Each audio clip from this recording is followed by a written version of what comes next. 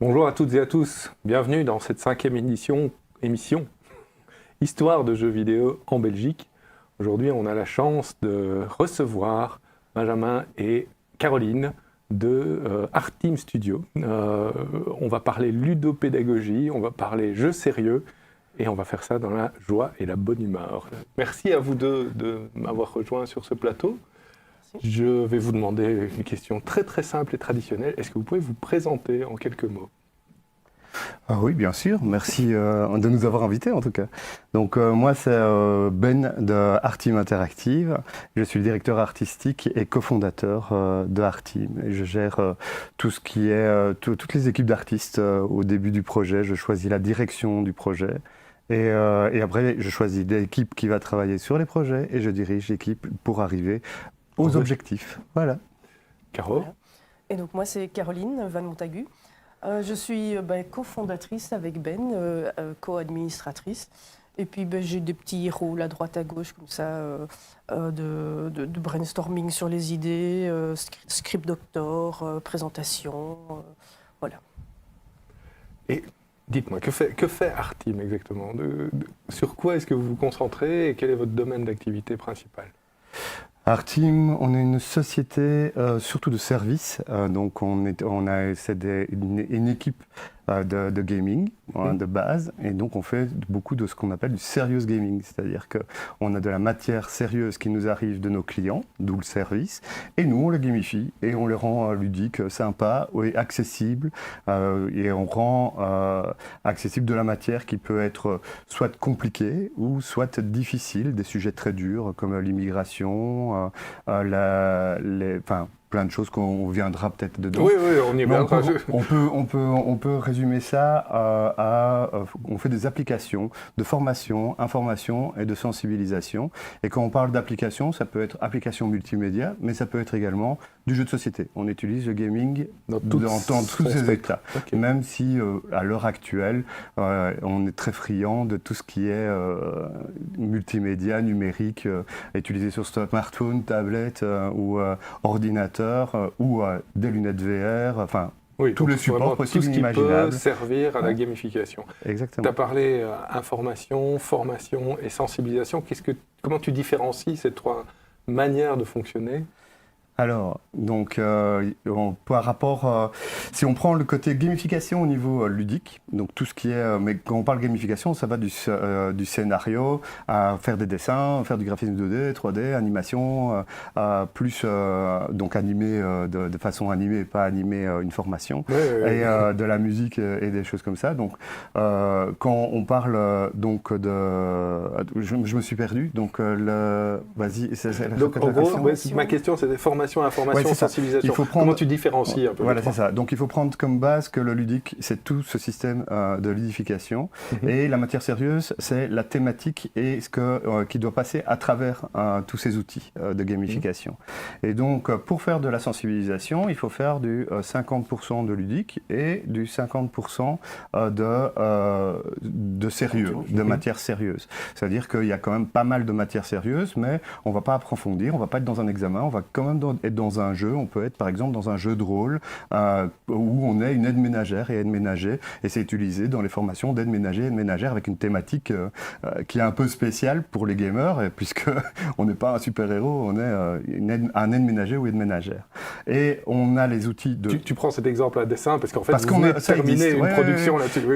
Et le jour où on m'a demandé de faire un concept sur les aides ménagères et aides ménagères au niveau Serious Gaming, je me suis dit, oula, quel thème, comment on va arriver à faire un truc. On a fait une vidéo interactive, elle marche du tonnerre, on vient de faire la mise à jour, on a encore été applaudi par le client, donc c'est vraiment, ça atteint le public, ça atteint la formation, ça crée des mises en situation, mais de façon humoristique.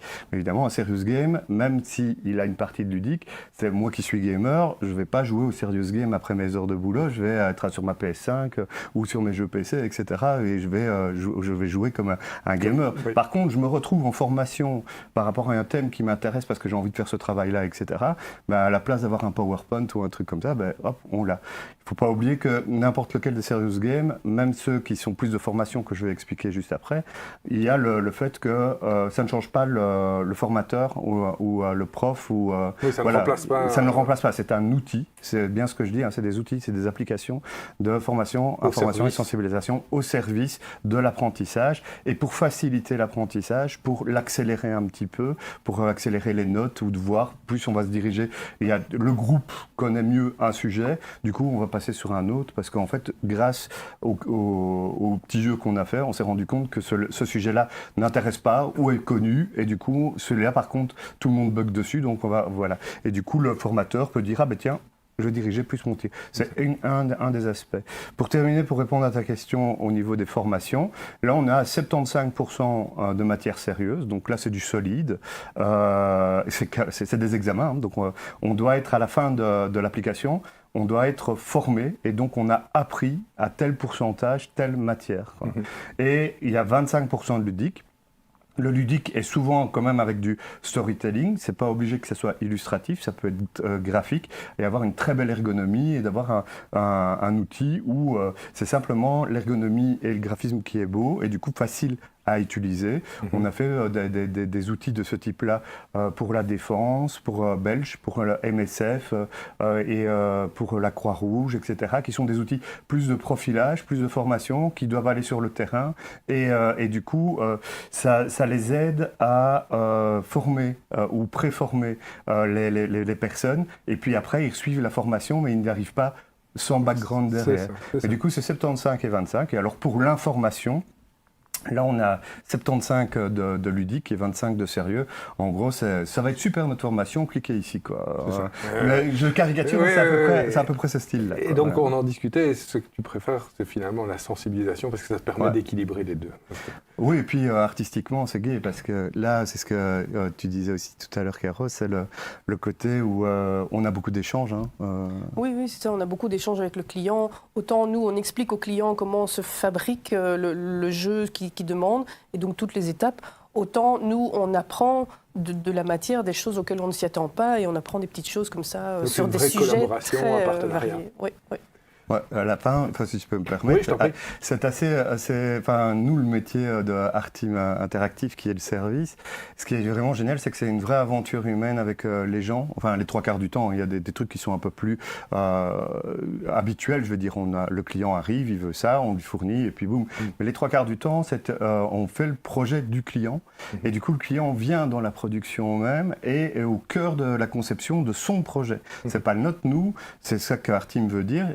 En gros, on est une team d'artistes qui se met au service d'un projet, et du coup autour d'un concepteur principal qui est le client, qui arrive avec sa matière sérieuse et qui va utiliser l'application. Et du coup, à la fin d'un projet, en règle générale, on devient quasi copain-copain avec les clients, on se tutoie, on est content de se voir, et quand on retravaille ensemble, c'est tout bonheur, quoi. Okay.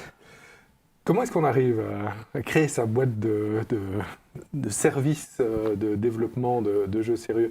Peut-être vous allez présenter un peu votre parcours de formation avant 2017, la formation d'Art Team.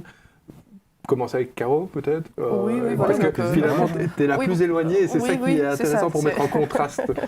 Oui, donc moi je suis, à la base j'ai fait des études d'éducateur spécialisé, et puis j'ai fait beaucoup d'animation, mais de l'animation en vrai avec des gens, des enfants, des adolescents et tout ça, de tous les âges. J'ai été aussi formatrice. Et voilà, du coup, j'ai cet aspect contact avec les gens, et de voir les capacités des enfants, de voir comment aborder certains sujets avec des adolescents. Et puis le côté formation, qu'est-ce qu'un formateur a besoin quand on lui produit un jeu ? Il lui faut un peu une fiche technique pour savoir de quoi il aura besoin. Donc moi, souvent, je m'occupe de cette partie-là. Et puis, voilà, j'ai fait aussi quelques années de photos aussi, donc j'ai un peu cet œil graphique, le regard artistique, etc. Et donc, voilà, on s'est mis en couple. Oui, il ne faut pas le cacher, je voilà, pense que c'est ça, ça. on est mariés, on a 3 enfants, voilà. Ouais. Et donc, Ben travaillait déjà là-dedans, et donc petit à petit, je suis entrée dans ce milieu, et à force de discussion et tout ça, j'ai un peu vu qu'est-ce que c'était. Et puis voilà, j'ai eu aussi des petits contrats On va y revenir. Ça. Voilà. Toi, tu as fait des études d'illustration à Saint-Luc, ici à Liège. Oui, oui. Ouais. C'est d'ailleurs gai de revenir. De revenir à tout à Liège, oui, l'heure. bienvenue. Voilà, c'est de Ça te rappelle des souvenirs. Belle nostalgie. Belle, c'est le cas de le dire, parce que ton premier employeur, si j'ai bien compris, ou en tout cas un de tes premiers... c'est mon premier, Belle Production. C'est Belle Production. Ouais. Et donc Belle Production, c'était une société dont on voit le logo là, qui produisait des ludo-éducatifs et des jeux vidéo, enfin qui avait la volonté de faire un peu les deux. Ah, c'est pas la volonté, il faisait les deux. Voilà, ouais. et toi tu as commencé comme coloriste. C'est ça. Donc, pour revenir à la base de chez Base, j'ai toujours eu un crayon dans la main et ma passion quand j'étais gamin, c'était de prendre des grands panneaux qui étaient dans le garage de mon père et je faisais des jeux de société pour jouer avec mes copains et je dessinais tout en recopiant des Gaston Lagaffe ou des Femmes en blanc ou des dessins de l'époque. De bande dessinée d'époque. Qui ne me rajeunit pas parce que voilà, moi c'est pas grave. Faut pas insister et du coup, je rêvais de devenir dessinateur. Au début, je pensais que c'était de la bande dessinée.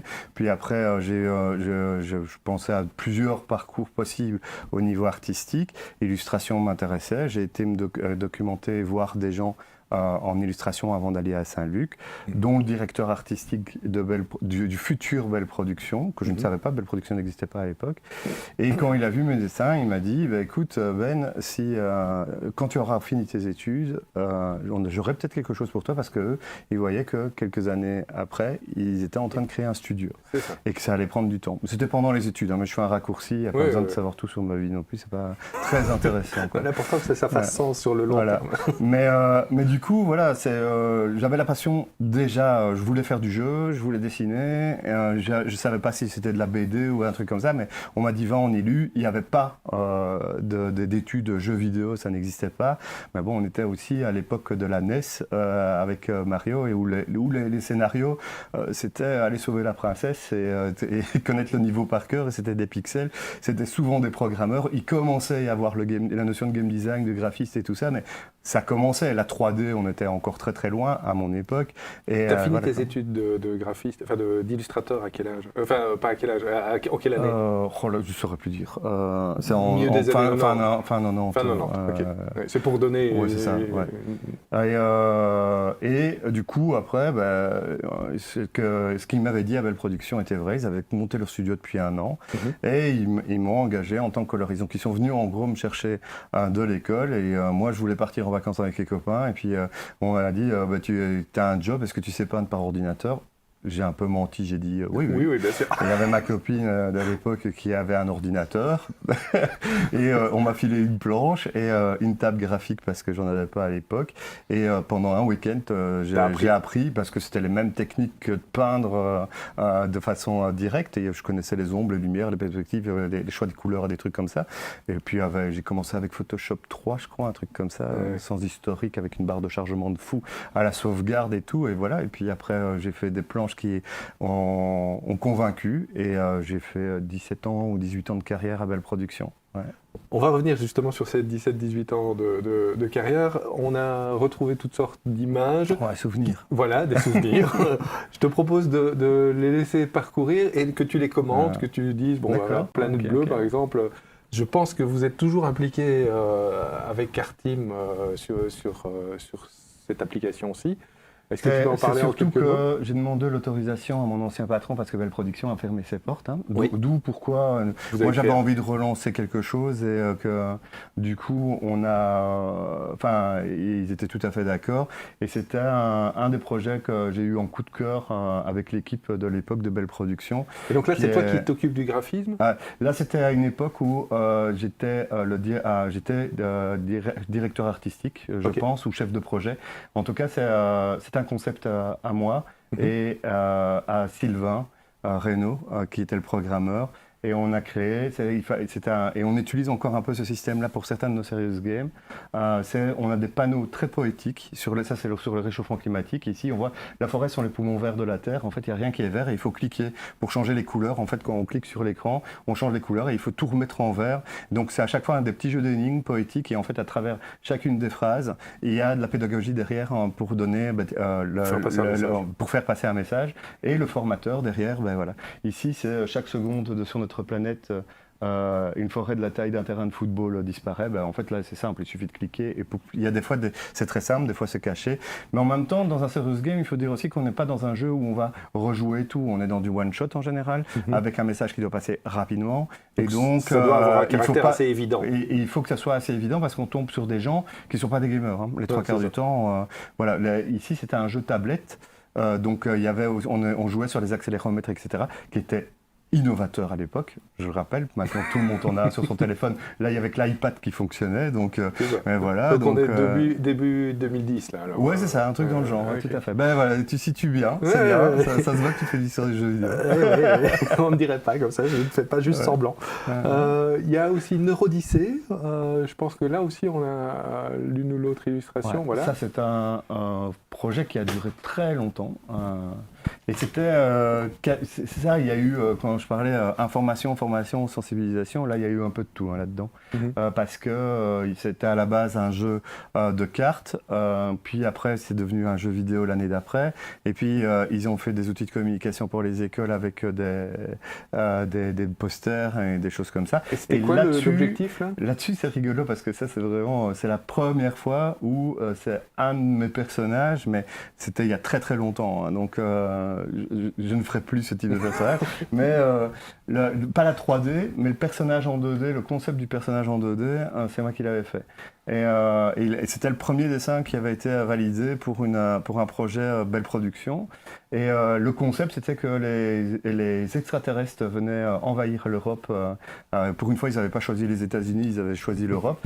Et ils sont super intelligents. La seule chose, c'est qu'ils étaient tellement sûrs d'envahir l'Europe qu'ils se sont battus les territoires avant de les conquérir. Et du coup, à chaque fois, ça les énervait beaucoup parce que c'était un truc de connaissance générale. Et du coup, leur cerveau gonflait jusqu'à exploser. Et une fois que le cerveau avait explosé, le principe était qu'ils oubliaient tout. Et donc, tout le monde piquait les cartes de tout le monde. Donc, on était chacun un extraterrestre et on devait faire gonfler. Ceux qui étaient mauvais en connaissance générale devaient utiliser des trucs et astuces pour faire péter les plombs au cerveau et piquer les cartes aux autres. Donc, il y avait même... ce n'était pas que ceux qui étaient bons en connaissance générale qui pouvaient gagner au jeu. C'était également les autres. Il y avait un équilibrage via le gameplay. C'était un de mes premiers concepts. Très Mars Attack dans l'esprit. Très Mars Attack, oui. Et un peu complexe. C'était vraiment mes premiers pas dans la conception et dans la conception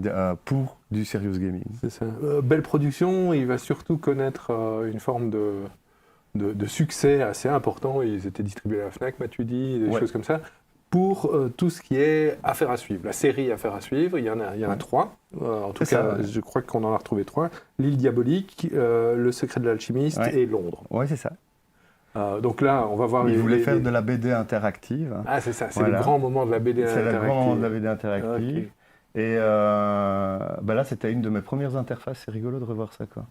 Avec un système de codage hyper complexe. C'est assez rigolo de revoir ça. Donc ça c'était... et donc, quel était ton job là ? Tu as commencé comme coloriste, si j'ai bien compris. Exactement. Et puis après, tu vas progresser. Comment est-ce que ça va se passer ? Tu vas avoir plus de responsabilités ? Ah oui. En même temps, c'est moi qui me les suis donné. C'est sûrement mon côté grande gueule. Et j'arrive pas à tenir ma langue dans ma poche. Donc des fois ça marche, donc ça je le conseille, c'est bien, ça fait avancer, des fois, ça te retombe dessus. Mais il faut faire gaffe parce qu'il faut assumer derrière, si jamais on dépasse les bornes, c'est la porte quoi, donc il faut faire gaffe aussi. Mais bon, ici c'était quand même, j'ai passé il y a 17-18 ans à Belle Production, on a vécu plein d'aventures, c'était assez génial.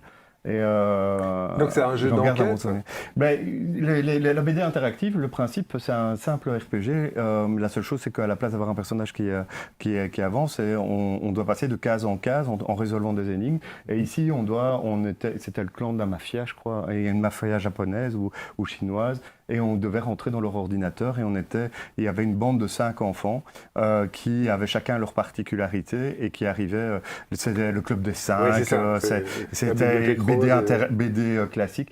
Mais il faut bien se remettre à l'époque qu'à l'époque, ce type de jeu était avec éditeur, donc avait pas mal de financement qui était derrière, était vendu à la Fnac, au même niveau qu'un Unreal Tournament. Hein. Donc c'était quasi dans les Tout mêmes ça a été rayons. mis en même temps. Donc Ok.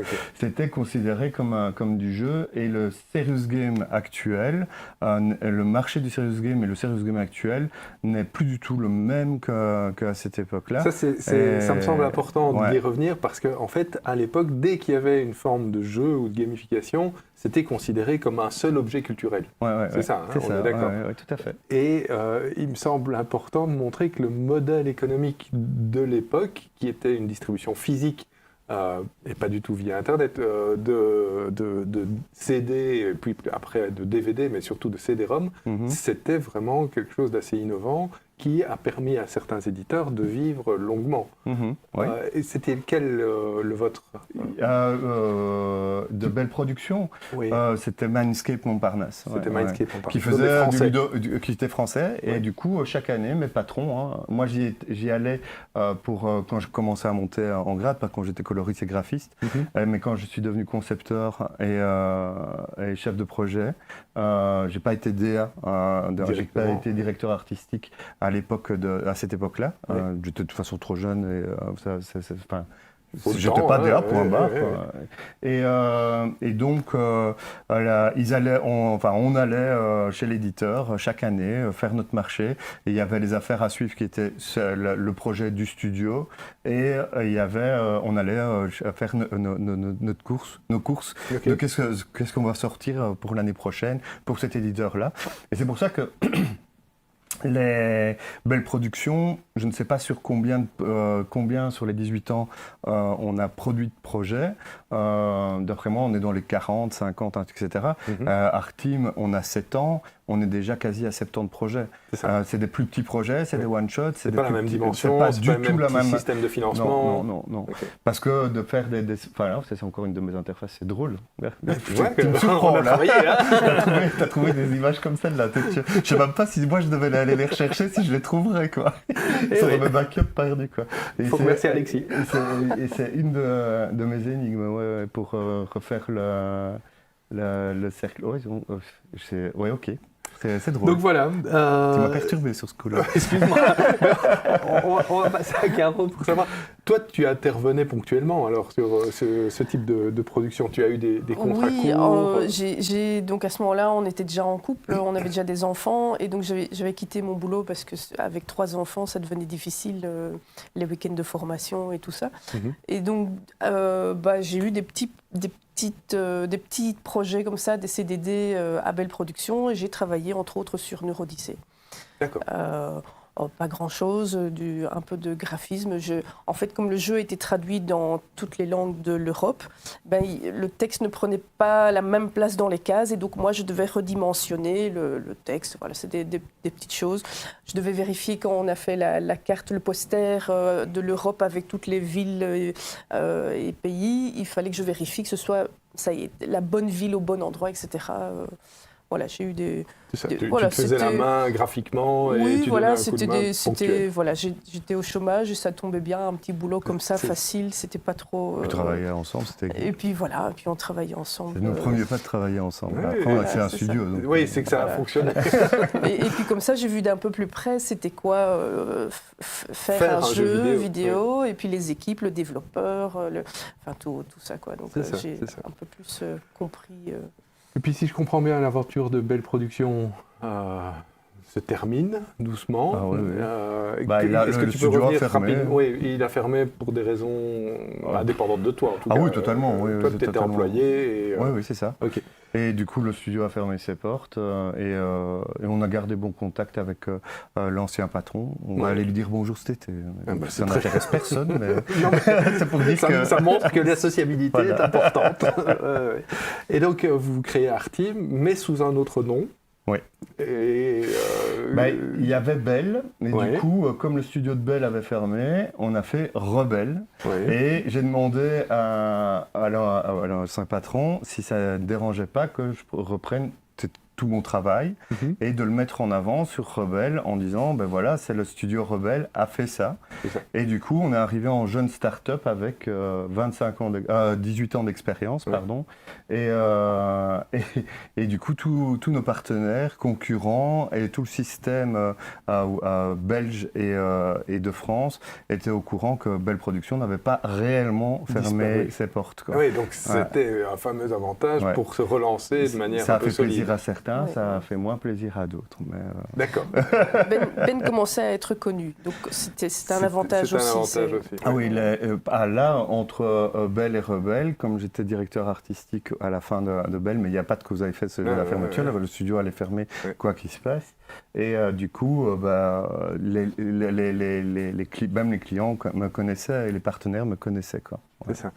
Mais Rebelle était une marque déposée de quelqu'un d'autre. Ah oui, alors voilà. Pas Rebelle, mais voilà. Rebellion. Je crois que c'est là qu'il faut regarder. Oui. Si je peux vous donner un conseil, c'est quand vous créez votre studio, déposez la marque.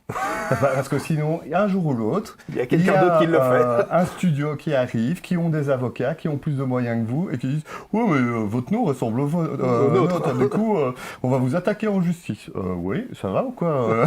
Ça va la tête? Et donc, je ne citerai pas, mais enfin, bon, le rapprochement peut se faire pour ceux qui connaissent les éditeurs qui ont plus ou moins le nom de Rebelle, quoi. Donc, c'est ça. Mais donc, moi, je voulais rentrer en justice pour notre nom. Et Carole a dit, oh, c'est bon, on s'en fout. Et du coup, Artim est né.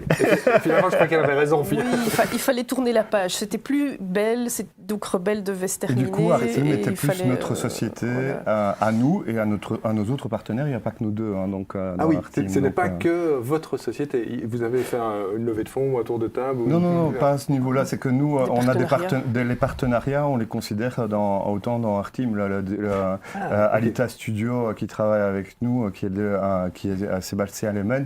Est notre développeur principal et est le lead développeur de Artim et je suis persuadé qu'il se considère comme ça aussi. Donc quand on prend des décisions à Artim, on les prend de manière collective avec nos commerciaux, ça dépend les projets, etc., les décisions à prendre. Mais on a un petit conseil d'administration où il n'y a pas que nous deux. Tiens, t'es d'accord ou pas d'accord?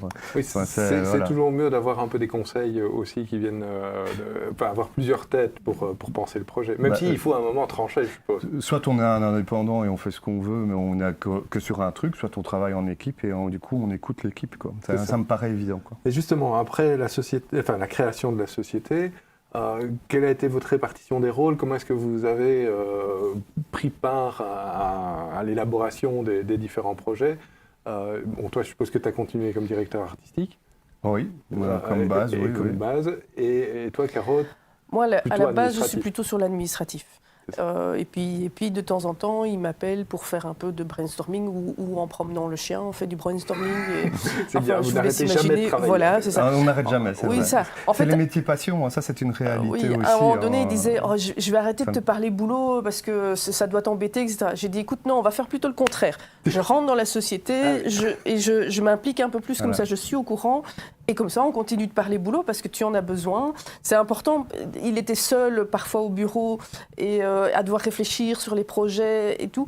Et donc, c'est important d'avoir quelqu'un à qui parler, d'avoir du répondant et de pouvoir dire bien sûr, si tu fais comme ça, le dialogue est productif. Voilà. Oui, c'est ça. Là, pour remettre ça quand même sur la ligne du temps, c'est vrai que Artim a commencé un an, Rebelle, donc quand on a lancé le studio. Appelons-le Artim. Appelons-le Artim. Quand Artim a commencé, j'ai commencé en tant qu'indépendant avec Sébastien Lemens en partenaire et on a travaillé sur un projet Drôle de planète avec des partenaires qui font de l'e-learning, no.be.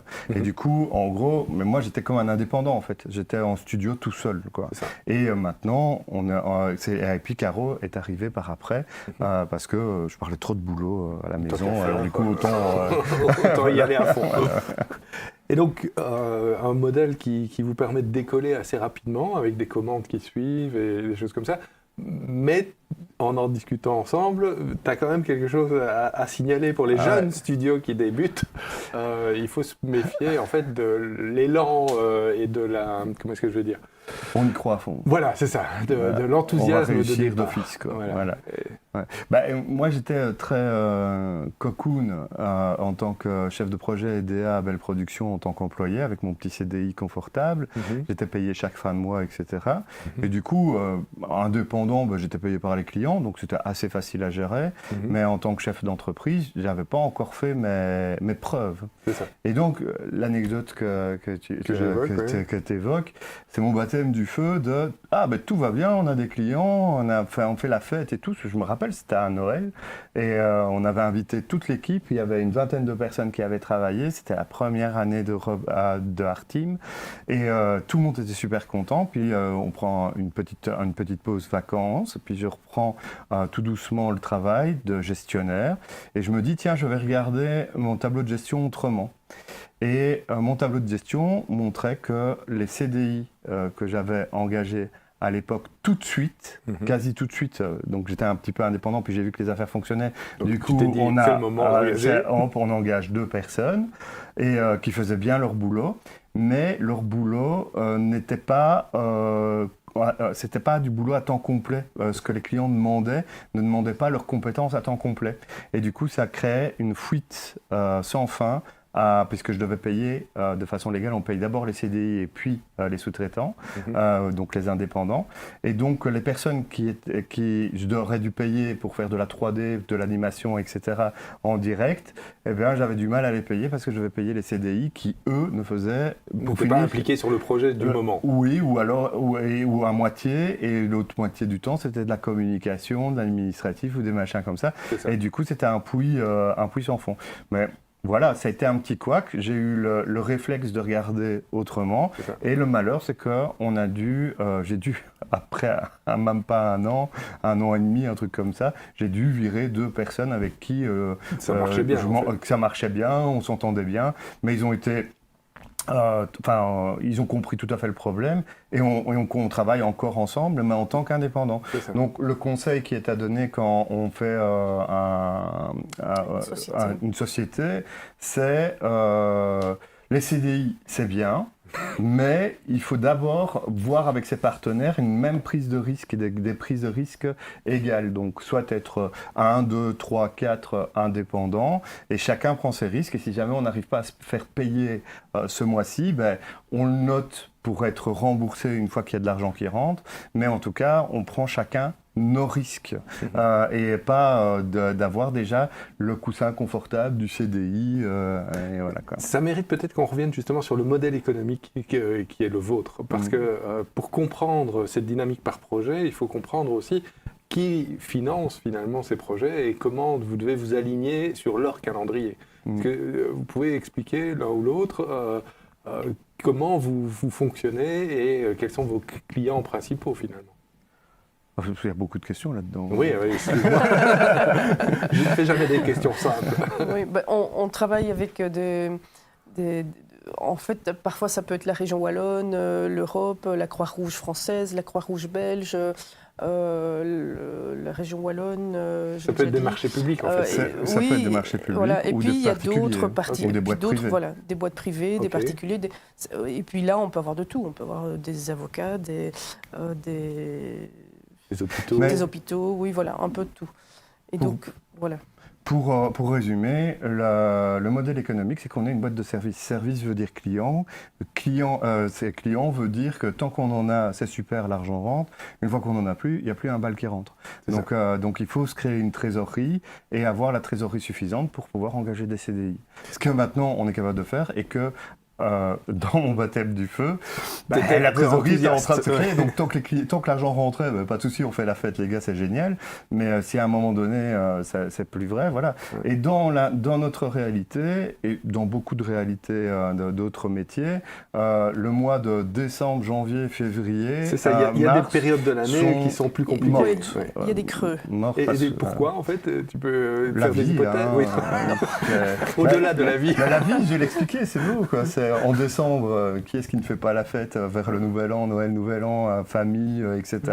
Et les examens Qui pour remplit les peu plus des jeunes, marchés etc. publics à ce Voilà. moment-là. Ouais. C'est clair, ils veulent tous boucler, ou alors ils ont des étudiants, voilà, où tout le monde prévoit, enfin tout le monde est déjà à la tête à la fête, quoi. Mais ils sont en train de faire leur comptabilité de l'année. Ils clôturent Ouais, c'est tout. ça. Le projet, ils vont Et rien donc, lancer de Non, nouveau, ils vont rien vider du les tout. comptes. Ouais, plutôt, tout est voilà. fini. Et en janvier, tout le monde a un peu la tête d'avoir fait trop la fête.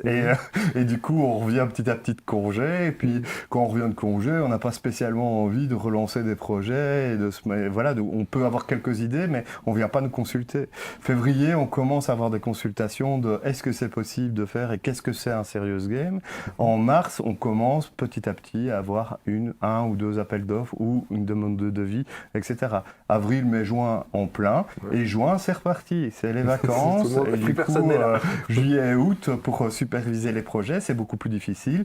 Nous, on a des vacances. Nos clients ont des vacances. Et du coup, on revient plus vers fin août, septembre. Mais les clients reviennent à partir de fin septembre et début octobre avec ouh là là, il nous reste une queue de budget à finir avant cette année-ci. Est-ce que c'est possible de faire un jeu en 2 mois? Non. C'est ça. Non. Non, mais il n'empêche qu'il y a certains projets qui sont de cette dimension-là, malgré Tout à fait. tout. Et Donc, on a trouvé le moyen de pouvoir répondre à ce type de demande. Ouais. Donc ça veut dire aussi de la pédagogie envers le client pour lui expliquer, avec ça, vous pouvez faire cette dimension de choses.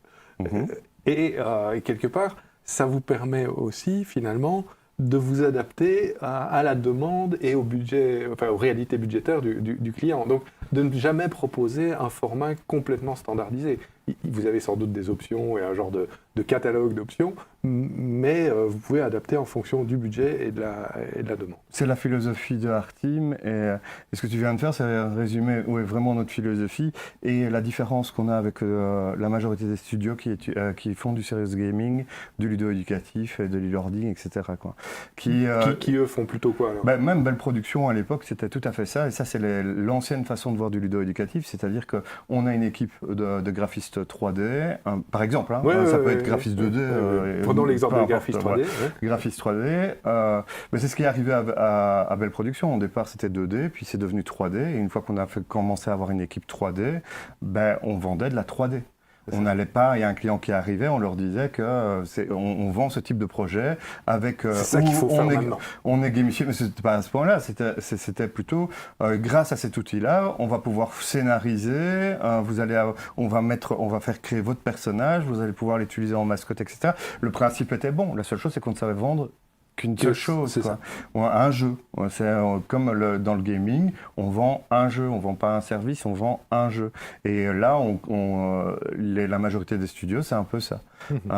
Sans critiquer, parce que non, c'est des réalités qui ont évolué. En fait. Mais même, ce sont des réalités. Je connais des studios qui ont créé leur propre moteur de jeu, qui créent un type de serious gaming ou un type d'application événementielle et des choses comme ça, qui est customisé par client, et ça va vite à produire, et eux, ils améliorent leur produit, et ça marche très bien. C'est juste que nous, on veut se mettre au service, à l'écoute, et on fait du sur-mesure. On a un peu la philosophie... je ne veux pas nous comparer parce que c'est incomparable, mais la philosophie Nintendo, à l'époque, en tout cas au tout début de Nintendo, c'était pas la concurrence à la technologie, c'est utiliser la technologie existante et la détourner pour que conceptuellement ça soit chouette. C'est comme ça que Duck Hunt, les revolvers et tout ça sont nés. Les jeux électroniques sont arrivés grâce à des mondes digitales et au culot du concepteur principal de Nintendo à l'époque. C'est un peu cette philosophie-là qu'on reprend, mais à notre taille. Mais en fait, voilà. c'est une posture par rapport au jeu, c'est une manière d'envisager. Une manière le de jeu. voir les choses, exactement. Quoi. Mais ça a un impact finalement sur la structure de la société, tu l'as dit, et, vous avez expliqué que des CDI avec des compétences très spécifiques en interne, c'était compliqué. Et vous êtes plutôt dans un modèle réseau, c'est-à-dire vous mobilisez les compétences quand vous en avez besoin. C'est ça. Voilà, c'est ça. En fonction de la demande du client, on forme une équipe, on cherche les gens, mais dans des indépendants. Et donc on travaille avec un ingénieur du son indépendant, un développeur indépendant, etc., jusqu'à former l'équipe dont on a besoin pour former le jeu. Et comme on a plusieurs clients en même temps, on forme plusieurs équipes et puis les gens ils travaillent parfois dans plusieurs jeux en même temps. Indépendant ou partenaire entre sociétés. Oui. Hein. Donc, Oui. Par exemple, le studio de son, c'est les cartes son pour ne pas les citer, et ce sont des ingénieurs du son. Donc chacun avec sa spécificité, donc c'est pas un indépendant, mais ils ont l'habitude de soyons clairs, mais c'est indépendant. Mais ils ne sont pas intégrés à la masse salariale de votre entreprise. Par contre, on va chercher des indépendants, mais ils sont au cœur quand même des projets de Arteam, ils font partie de la team, c'est-à-dire qu'on est dans un processus créatif, et donc sur ce projet-là, c'est la totalité, enfin, on est une équipe, on n'est pas, c'est pas un sous-traitant où je te demande, toi tu me fais un dessin et puis on mettra s'il est bien ou si pas bien. Non, on va réfléchir ensemble, tu vas montrer ton style et de toute façon, moi en tant que DA, j'irai pas te chercher ton style, j'irai te chercher pour ton style et pas pour que tu me fasses autre chose. Quoi. C'est ça. Ouais. Et, deux choses que je voulais ajouter par rapport à ça, c'est vous avez pris l'exemple que sur un des portfolios que vous m'avez, dans le portfolio, vous m'avez montré un projet où ça avait été les dessins d'une stagiaire qui avait été chez vous pendant quelques semaines, qui avait été choisie par le client, et donc vous l'aviez engagé par la suite pour finaliser le projet avec vous. Ça arrive tout le temps, ouais. Voilà. En fait, c'est pas évident de rentrer en stage parce qu'on a beaucoup de demandes de stage. Mais par contre, quand on sélectionne un stagiaire et que le stagiaire réussit son stage, Oui. c'est-à-dire qu'il a été actif et montré qu'il voilà, mais en général, quand on est motivé, c'est assez simple. Et en gros, notre philosophie avec les stagiaires, c'est les former à travailler avec nous. Et du coup, après, ils ont des petits jobs, pas des petits, ils ont des jobs réels avec nous sur tel et tel projet. Et l'exemple que tu as cité était vrai, mais il était vrai pour plusieurs stagiaires. Okay. Et il y en a qui ont travaillé pendant 2-3 ans avec nous et qui vont peut-être encore travailler. Mais ça dépend de la demande du client. Et tout le monde est libre. On a une philosophie très cool. Arteam, ça doit être très belge comme philosophie. On est libre, on signe rien, mais par contre, on y va à fond. Il y a un seul truc, c'est la deadline est précise, est à respecter. Il y a une enveloppe qui est précise, avec un cahier des charges précis. Et après, quand on a mis ça de côté, hop, on fait notre truc artistique et on ne parle plus que de dessin, de scénario, etc. On va y venir. Le deuxième point que je voulais évoquer, c'est que ça a une conséquence aussi sur vos locaux. Moi, j'ai été surpris quand je suis venu. En fait, vous êtes dans un local de coworking, d'ailleurs. Une pièce. Une pièce de taille tout à fait raisonnable, mais on n'en mettra pas 14 dans cette pièce-là. 4 personnes maximum. Et donc, ça, vous m'aviez expliqué qu'avec le Covid, vous aviez pu justement réagencer finalement l'espace que vous occupiez pour travailler à distance notamment. Ouais, pour mettre en perspective rapidement, parce que c'est quand même un point qui est important à ce stade de la discussion, c'est qu'un serious game, ça représente entre 3 et à peu près 15 personnes qui travaillent sur un serious game. On sort à peu près 10 serious games par an. Donc vous voyez la masse de personnes qu'il y a autour de Arteam, malgré qu'on n'est que 2, 3 avec notre employée Amandine Flao, qui est notre assistante, et également avec des compétences de direction artistique, etc. Mais du coup, il y a beaucoup de monde, et ce qui est important du poste qu'on a ici, à Arteam, c'est qu'on dirige les artistes. C'est vraiment ça le cœur du métier de base. Et après, la conception. Du coup, je me suis égaré dans la truc, mais je voulais dire qu'il y avait le nombre de personnes adéquat en fonction de chaque. Mais que ça représente quand même beaucoup de monde. Les jeux vidéo sur lesquels on travaille pour le moment représentent entre 15 et 20 personnes. Et c'est un autre système, on en parlera peut-être plus tard, ou une autre fois, ça je ne sais pas, c'est à toi de voir. Okay. Et donc, pour revenir à la question de base... Des locaux et de travailler à distance. En fait, moi, ma question, c'est est-ce que c'est difficile d'organiser un travail coordonné sur un projet créatif à distance? Et comment vous faites? Pour le serious gaming et pour Arteam Interactive et le côté service, d'avoir des bureaux virtuels, c'est très bien. Mais c'est à cause du Covid, ou grâce au Covid, peu importe, qu'on s'est rendu compte de ça, parce qu'avant, on était dans des, comme je t'avais expliqué, les locaux qui étaient à côté au coworking, on les avait et on pouvait monter jusqu'à 10 personnes qui venaient dans le bureau.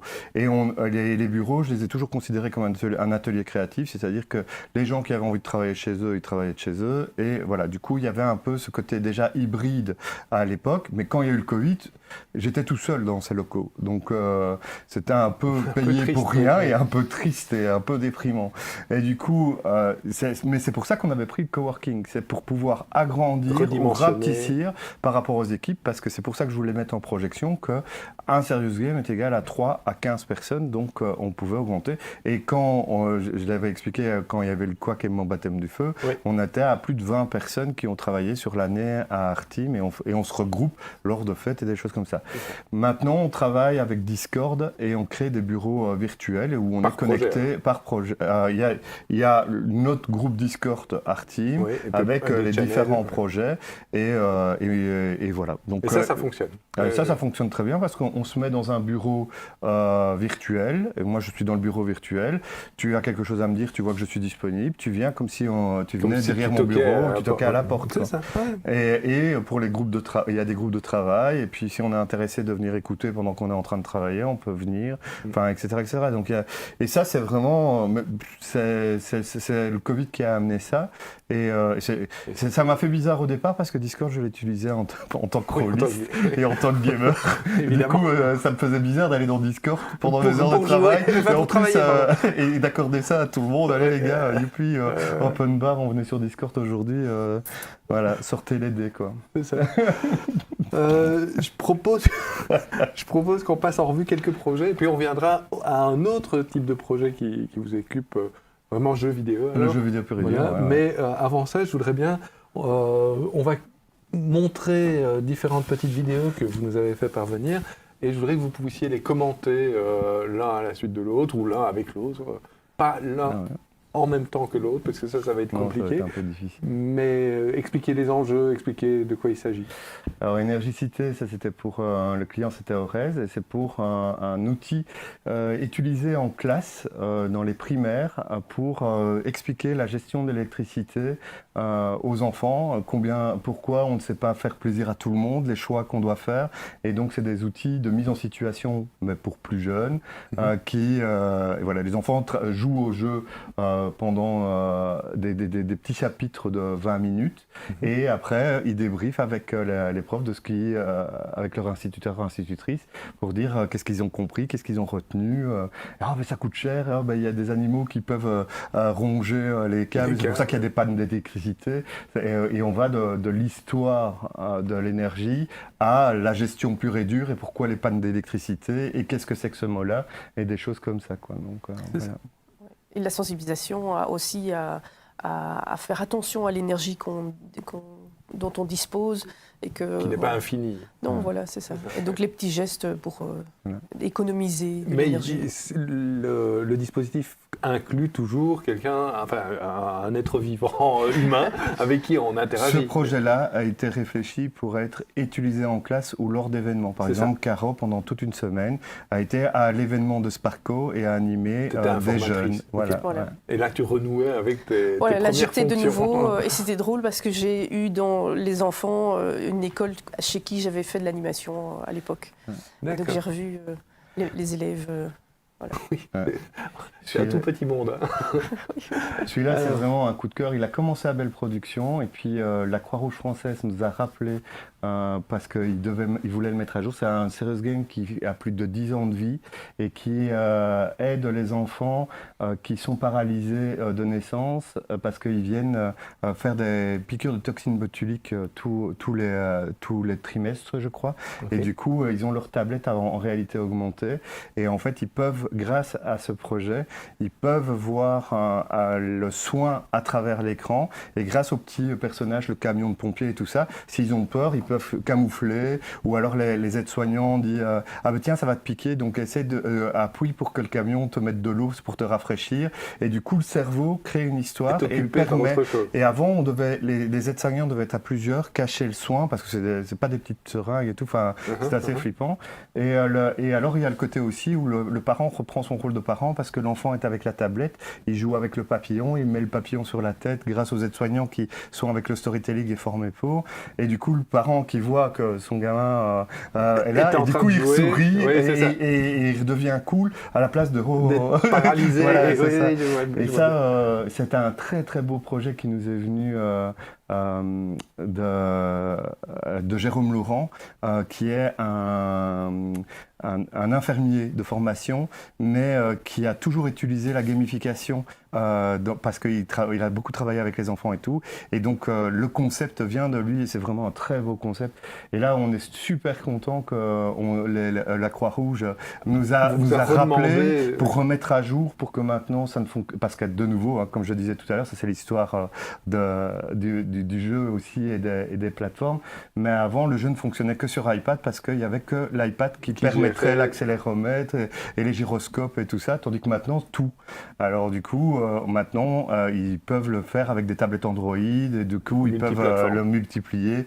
Et donc voilà, donc on est très contents. Ça fait un Serious Game de plus de 10 ans. Donc, écoute, voilà. c'est une belle réussite et une belle illustration qu'un Serious Game, ce n'est pas juste un prétexte aussi. Donc, ça, c'est Effet Papillon. Oui. Ouais.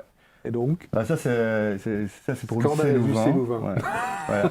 Et donc ça c'est pour Lucé Louvain. Okay. Et c'est un groupe de jeunes, enfin c'est un dessin animé interactif, donc c'est un groupe de jeunes qui a créé un tournoi d'échecs et ils se sont fait hacker mais quelque chose d'hallucinant. Et en fait chaque plan on peut faire pause. Et on peut changer la réalité. Et on doit trouver les endroits où ils se sont fait hacker. Et par exemple, quand on clique sur la petite main là, ça fait pause. Et on va on peut là, on les rend amoureux. Des fois, il y a des plans qui sont un peu. Du coup, il y a la jauge amour, jauge hacking et jauge informatrice. Mais chaque plan est cliquable. Et il faut essayer de trouver les plans où on se fait hacker. Là, par exemple, on voit que là, il n'y a pas de problème. Là, il n'y a pas de problème non plus. Mais c'est la liste de tous les participants. Ouais. Et ici, on va cliquer dessus et on voit, et eux ils disent tiens on va mettre un mot de passe et ils font échec 1, 2, 3, 4 quoi. Spoiler alert, c'est un très mauvais mot de passe et donc on peut mettre un vrai mot de passe et on voit si la hackeuse arrive ou pas et du coup on a une sorte de mini-jeu mais qui est directement dans le jeu. Voilà. Okay. Et ça c'est un jeu de sensibilisation et en fait il y a 3 minutes de dessin animé, mais comme c'est interactif qu'il faut revenir à des trucs comme ça, ben ça prend 20 minutes, une demi-heure pour avoir toute l'information et c'est jouable sur plusieurs formats, mais par contre il faut faire partie de Lucé Louvain pour pouvoir y jouer ou alors nous demander une réunion pour qu'on fasse une démo parce que ce n'est pas ouvert au grand public. Et donc c'est de la sensibilisation à la sécurité informatique. Ouais. Ok, d'accord. De comment d'où ça peut provenir et comment prévenir. C'est ça. Quelles sont les causes. Ne donnez pas vos mots de passe, les clés USB, il faut s'en méfier, les mots de passe doivent être incraquables, des trucs de base, mais qui, une fois répétés, c'est pas mal. Mais à première vue, moi j'avais l'impression des fois que les messages c'était ça paraît évident, mais en fait non, pas pour tout le monde. Non, c'est ça. Voilà. On a aussi, parce que ça, je vous l'ai demandé, parce que c'est quelque chose qu'on a beaucoup travaillé ici au Game Lab, avec Minecraft. Voilà. Et donc là, vous avez quelque chose qui s'appelle Blackout, si je me souviens bien. Oui, c'est ça. Oui, ça c'est contre le harcèlement, le cyberharcèlement. Oui. Voilà, on a fait ce projet-là avec les At-All Network, donc une autre société qui eux sont spécialisés dans le Minecraft éducation et dans la formation, etc. D'accord. Nous on a travaillé le storytelling, mais typiquement ça, par exemple, c'est des projets qui peuvent arriver en fin d'année parce qu'il y a Minecraft éducation, on ne doit pas tout programmer, et du coup, si on aime bien ça, ben ça c'est des projets qui sont plus facile à mettre en place, mais avec les contraintes du jeu. C'est ça, vous avez une grosse base de Minecraft et vous saupoudrez d'un storytelling adapté, voilà, mais vous ne repartez pas sur un projet complètement from scratch. En revanche, comme tu le disais, ça a des contraintes très très lourdes au niveau de l'espace des possibles. C'est ça. Et par rapport au deadline, parce qu'il y a possibilité, comme quand on discutait de Minecraft Éducation, il y a possibilité de créer des choses pour Minecraft Éducation, mais pas quand on a 2 mois. Ouais, Quand on a 2 mois, on se focalise avec ce qu'on a, on fait du storytelling, et voilà. Et ce projet a très bien fonctionné, et je crois qu'il l'utilise encore. Pour le client, c'était Technocité.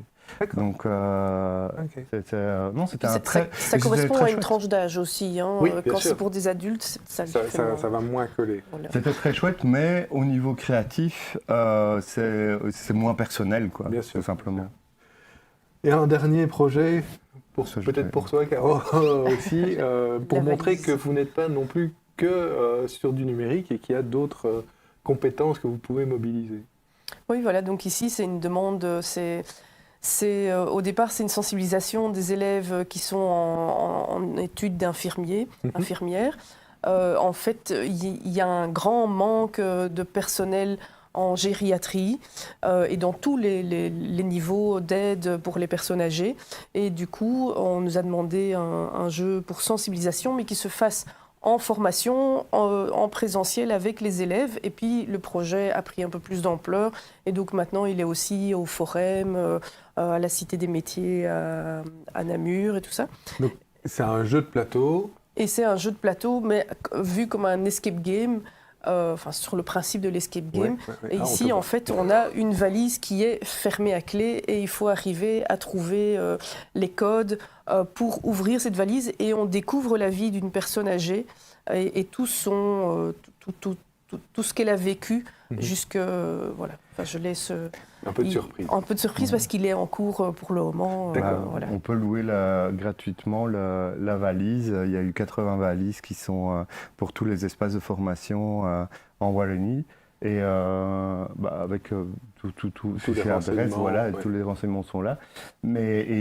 Par contre, c'est utiliser la formation dans la réalité. L'escape game est prévu pour être joué 30 à 40 minutes, mais l'espace de formation est de plus ou moins de 2 heures. Donc pour montrer qu'en fait, là, c'est juste un tremplin de discussion. Ouais. Oui. C'est pour rentrer dans le thème, dans le sujet, et que les gens puissent se dire « Ah, mais tiens, ça me rappelle quelque chose » ou « ça m'intéresse » et du coup de partir de là. Et ça permet aux gens qui sont dans une formation, qui ne se connaissent pas, de se délier la langue, parce qu'ils ont vécu quelque chose ensemble. Ça peut être utilisé de façon basique. Donc il y a le jeu, puis on discute et c'est parti.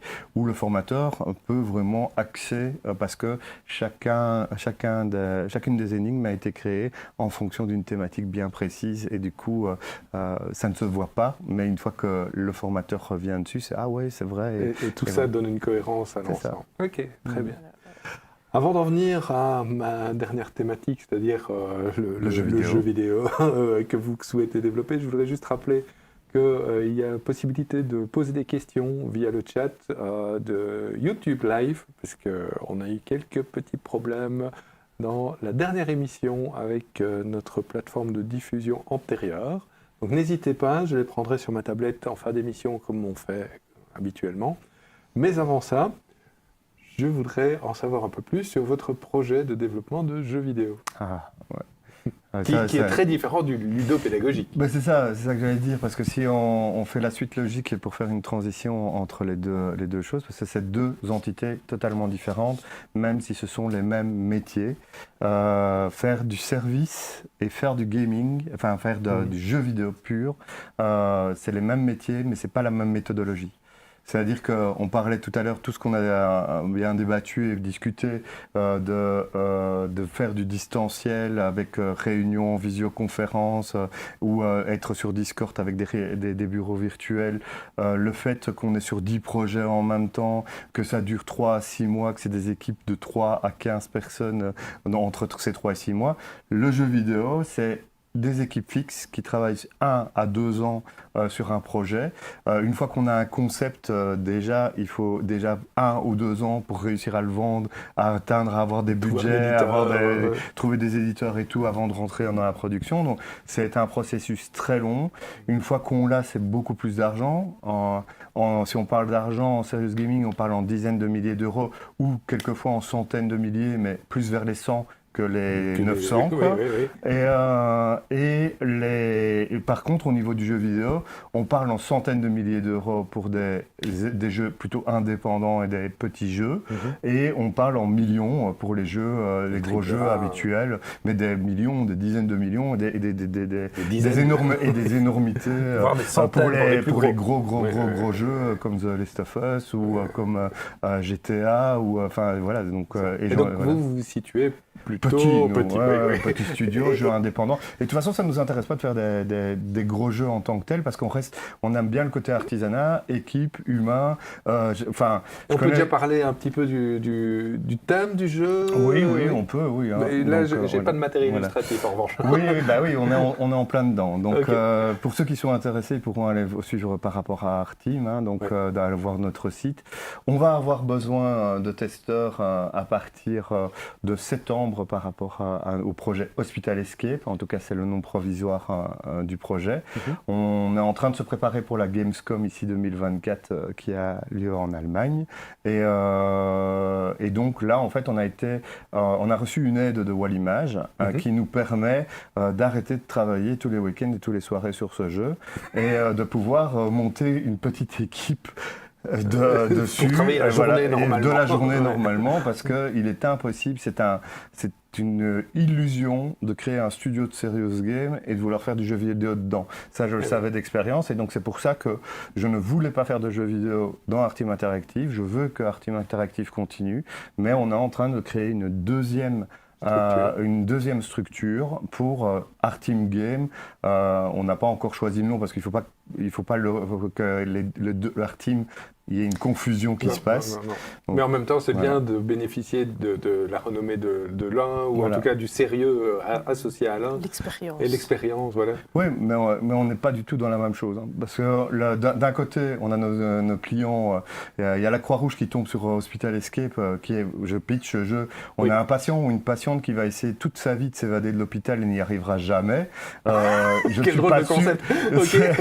Je ne suis pas sûr que MSF, la Croix-Rouge, la région Wallonne et tout ça disent mais putain, c'est qui ces gens-là on va peut-être pas travailler avec eux, ils sont pas assez sérieux. Par contre, notre public qui va aimer l'humour déjanté qu'on met dans les jeux, etc., ils vont tomber sur le site de Arteam Actuel qui a un portfolio à Serious Game, ils disent ils font des jeux chiants et poussiéreux, quoi. Donc, on n'est pas dans le même public, parce qu'autant un Serious Game est super ludique quand il est dans son espace de formation, autant quand on veut jouer, on veut jouer, quoi, tout simplement. Et donc, l'idée de Hospital Escape, c'est de trouver toutes les sorties possibles et inimaginables de cet hôpital. Et l'hôpital est traité de façon cartoon, mais c'est un hôpital tout à fait classique, et c'est notre patient qui est complètement déjanté et qui va devoir trouver les solutions de se déguiser en docteur et de pouvoir foutre le camp. Mais après, selon les pathologies qu'il va traîner, si jamais il a été dans une poubelle qui est remplie de seringues, du coup il va avoir une grosse pathologie et il va rentrer par l'autre service. S'il saute par la fenêtre, spoiler alert, je donne quelques solutions pour expliquer un peu le concept du jeu, mais s'il saute du 3e étage, il va rentrer dans l'hôpital avec les jambes pétées, il va devoir essayer de rentrer dans le truc, de sortir de l'optital avec les jambes pétées, etc. C'est un peu gore ou non, pas du tout. Pas du tout. C'est du cartoon ça reste pur. bon enfant. C'est pour ça qu'on a quand même quelques images. Je vois que... et donc, qui est notre proof of concept. Donc un proof of concept, c'est ce qui est avant la VSD. Donc c'est une version démo où on s'est fait plaisir. On a fait ça en dehors de nos heures de travail à une équipe d'à peu près 10 personnes. Et on a fait ce proof of concept à peu près en un mois qu'on a été présenté à la JDC. On a déjà intéressé des éditeurs à ce moment-là. Mais c'était pas le niveau du proof of concept n'était pas suffisant, mais on le savait déjà, n'était pas suffisant à leurs yeux, parce que maintenant, pour réussir à se faire éditer, il faut créer à peu près 20% de son jeu. Et donc comment t'appelais ça, VSD, Vertical Slice. Et du coup, on doit créer à peu près 20 à 25% du jeu pour convaincre qu'on est capable de le faire, et pour que l'éditeur comprenne en quelques clics, et même s'il a envie d'aller plus loin, que le concept vers où on veut aller. Mais du coup, c'est pas gore du tout parce qu'on prend des personnages très cartoon. Et c'est ce que j'expliquais aux équipes à la base du projet. C'est que si on prend du réalisme et du AAA réaliste et tout, et qu'on met le même concept, ça devient gore. Quelqu'un qui jette par la fenêtre, c'est quoi? Ben oui, mais on est tel que tu le 18 ans vendais, plus, ça pouvait être envisagé. Et ici, je vais t'expliquer le proof of concept parce que c'est le didacticiel de Hospital Escape, c'est que même au début de sa vie, notre patient ou patiente est arrivé trop vite. Donc c'est un bébé qui est arrivé de façon prématurée. Donc c'est ça, c'est un humour un peu trash, mais vu comme c'est traité, c'est super rigolo et tout mignon. Donc c'est une réalité. C'est cartoon. Et notre bébé, du coup, est séparé de sa maman à la naissance. Et la première mission, c'est qu'il va s'évader de sa couveuse et il va essayer de retrouver sa maman. Mais le didacticiel, c'est que comme il est bébé, chaque pièce qui est fermée est un escape game. Tandis que quand il est adulte, c'est l'hôpital en entier qui devient l'escape game. Voilà. Je me réjouis de tester, puisque vous aurez besoin de testeurs. Je sais pas la vidéo. Je ne sais pas si la vidéo est dispo. En tout cas, au départ, c'était pas prévu, mais on ne sait jamais. En revanche, j'ai des questions. La trouve, oui, s'il la trouve, le site. on la relancera. J'ai des questions du public, plusieurs même. Donc, je suis content de pouvoir vous les poser. Avec plaisir. Si avec toi, tu étais joueur, ben alors le public s'interroge, est-ce que Caroline est aussi joueuse? Et si oui, quel était ton premier contact avec le jeu vidéo en dehors du serious game? Voilà, la Super Mario dans les années 90. D'accord. On allait d'abord jouer chez les voisins, parce qu'on n'avait pas la nôtre. Et puis avec mes frères et sœurs, on a travaillé dur dans la maison pour gagner la nôtre. C'est ça. Donc plutôt console, plateforme, ce genre de choses. Ok. Et tu joues toujours à l'heure actuelle? Oui, moins que Ben. J'ai pas le temps de jouer à des grands jeux. Mais de temps en temps, on fait une petite course Mario ou Overcooked. Voilà, voilà, des petits jeux comme ça avec les enfants, en famille ou aux anniversaires avec les amis. Ce qu'elle adore, c'est quand je joue à des super AAA jeux d'aventure, c'est de regarder comme si c'était un film parce que ça atteint tellement un niveau. C'est un film interactif. Regarde à gauche. C'est moi qui tiens la manette, mais elle joue et tu fais gaffe. Ça arrive à droite. Là, t'as vu ça? T'as essayé? Avec The Last of Us remasterisé, c'est un de mes jeux favoris, celui-là. Ça permet de faire un clin d'œil à Julie Delbouille qui avait théorisé la notion de joueur secondaire. Voilà. C'est la personne qui était pas aux manettes mais qui participe pleinement malgré tout au jeu. Donc, deuxième question, quel est votre principal type de clientèle? Privé, public? Vous en avez déjà cité quelques-uns, mais si vous deviez la qualifier, c'est assez divers. Ah ouais, c'est divers, c'est vraiment. Très divers, ouais. oui. Okay. Ouais. Des grosses organisations? Grosses et des pas tout nécessairement. petits. Il y a des petites aussi. Okay. Par exemple, pour notre projet Pense Bête, qui est un concept de Cynthia Carletti, qui est juste une prof, excuse-moi Cynthia, c'est une prof qui a une idée sur le bien-être animal et Pense Bête, et du coup elle a été demandée des fonds à la région Wallonne et elle a fait un appel d'offres et elle est tombée sur nous. Voilà. D'accord. Ok. Mais ça peut être une boîte privée qui vient et qui n'a pas d'appel d'offres.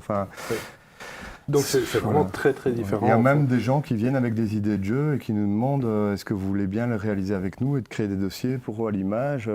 Du coup, on essaye de monter le dossier avec eux. Enfin, on monte le dossier avec eux et puis on essaye de faire passer le dossier. C'est ça. Justement, ça rejoint la troisième question. De quel type de financement bénéficiez-vous? Je suppose qu'il y a des financements. Est-ce que vous avez des subsides? Est-ce que vous avez... Non, c'est toujours via des projets. Pour Hospital Escape. Ah oui, Hospital Escape. Pour le gaming, mais pas pour le serious game. Pas en direct. Le serious gaming, c'est vraiment du service. Oui. Okay. Les gens cherchent des subsides et nous, on les aide à chercher les subsides. Ouais, et quand ils les ont, alors on peut faire le jeu. C'est ça. Alors, est-ce que le créneau dans lequel vous travaillez souffre autant de la concurrence que l'industrie du jeu vidéo classique ou s'agit-il du même type de concurrence? C'est pas le même type. La question est vaste. Oui. Comment dire? par rapport à la concurrence dans le monde du jeu vidéo, c'est le public qui choisit en gros, quoi. Donc on est amis avec plusieurs studios, on fait pas le même type de jeu, donc on n'est pas concurrent. Par contre, une fois que notre jeu est sur le marché, il faut qu'il se vende, et du coup là on a une affaire à des concurrents qui sont énormes, qui sont des gros éditeurs et des grosses marques, etc. Mais il y a quand même pas mal le marché du jeu vidéo qui est un peu plus indépendant, plus petit. On peut se permettre de faire de l'humour déjanté, non censuré.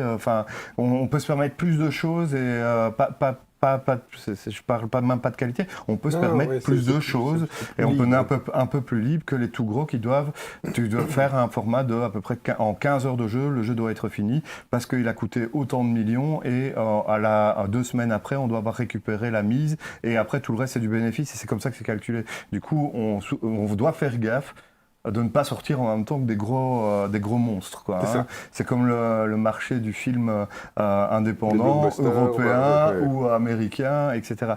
Tandis que dans le serious game, c'est pas le même type de concurrence. On se retrouve tous sur la même.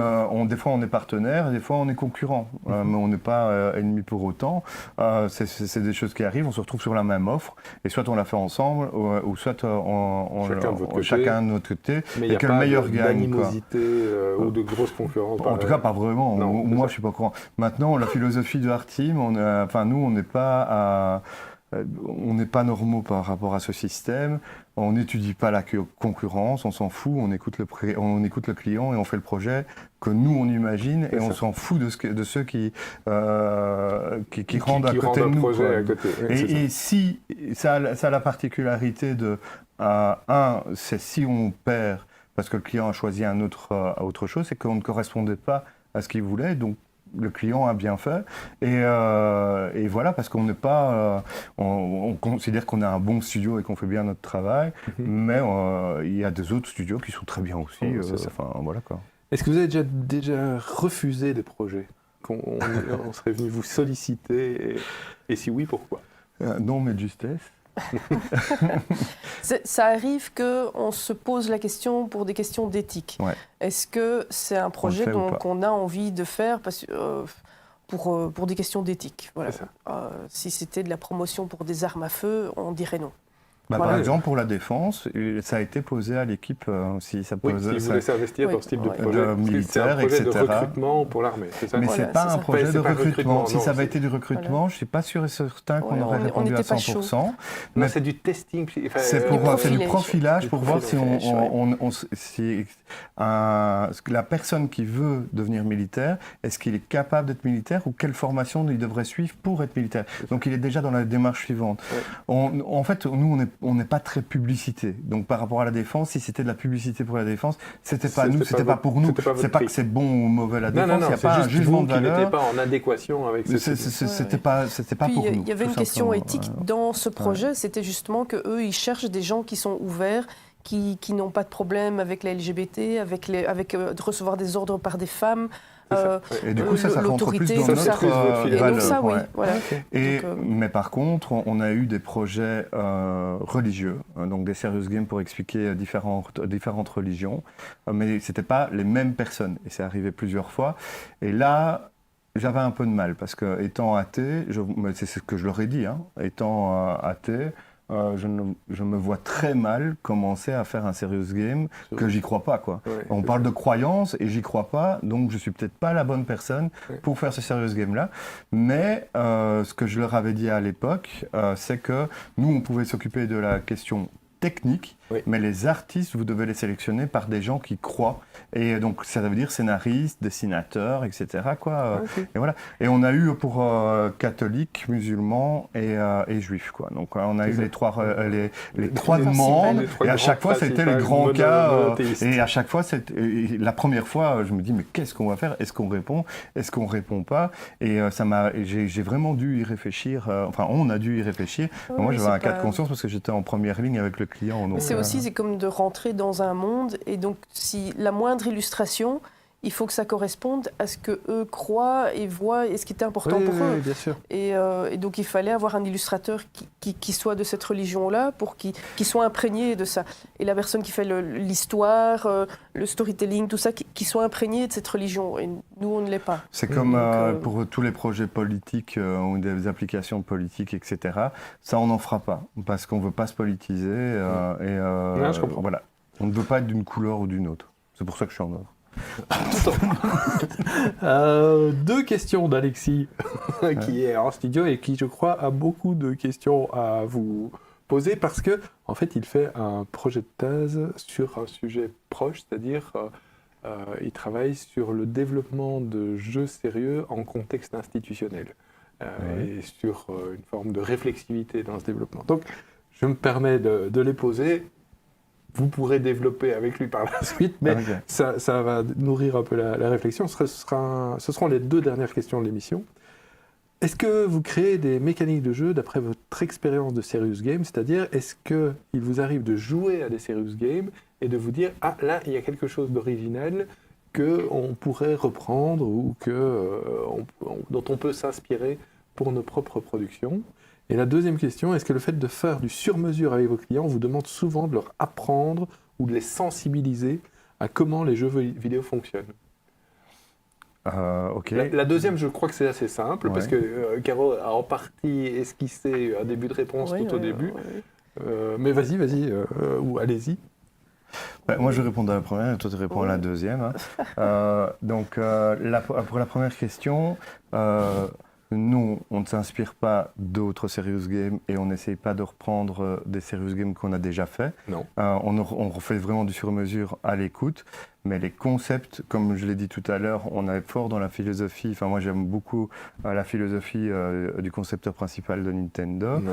Et du coup, par contre, on utilise des concepts de jeux vidéo purs et durs, et on utilise tout le background que j'ai eu pendant des années, ou que Caro a eu, et que Seb a eu, que Amande a eu, etc. Donc notre background de joueur, on se dit, ah ben tiens, ça marcherait bien. Et si jamais on voit qu'on est plus dans de la gestion, des choses comme ça, on se remet à jouer à ce type de jeu et on fait quelques parties. Donc c'est gay, on est obligé d'acheter des jeux et de jouer. Et voilà, on est payé pour jouer, c'est trop cool. C'est très cool. Et du coup, on se documente, c'est ce qu'on appelle la période de prise en main, et on voit si cette mécanique-là va fonctionner ou pas. Ou alors, on utilise des principes de jeux de société, de formation, d'escape game. Donc, il y a de la documentation, mais ça ne vient pas d'un serious game, parce qu'en général, les autres serious games utilisent des principes qui sont de base, donc ils ne vont pas enrichir la réflexion, il vaut mieux aller chercher dans des niveaux de réflexion plus hauts. Et donc, la gamification va chercher dans de la documentation sur des jeux vidéo purs, des jeux de société purs et durs, qui sont là pour être ludiques et pas pour spécialement former ou informer ou sensibiliser. Même si certains peuvent le faire. Hein. Il y a des jeux vidéo qui servent d'outils de formation, quoi. World of Warcraft a servi d'outils de formation et enfin des choses comme ça. Il y a des formateurs qui les utilisent, comme il y a des formateurs qui utilisent des Lego, quoi. Donc, Ok. Et donc la deuxième question. Tu peux le répéter ? C'était concernant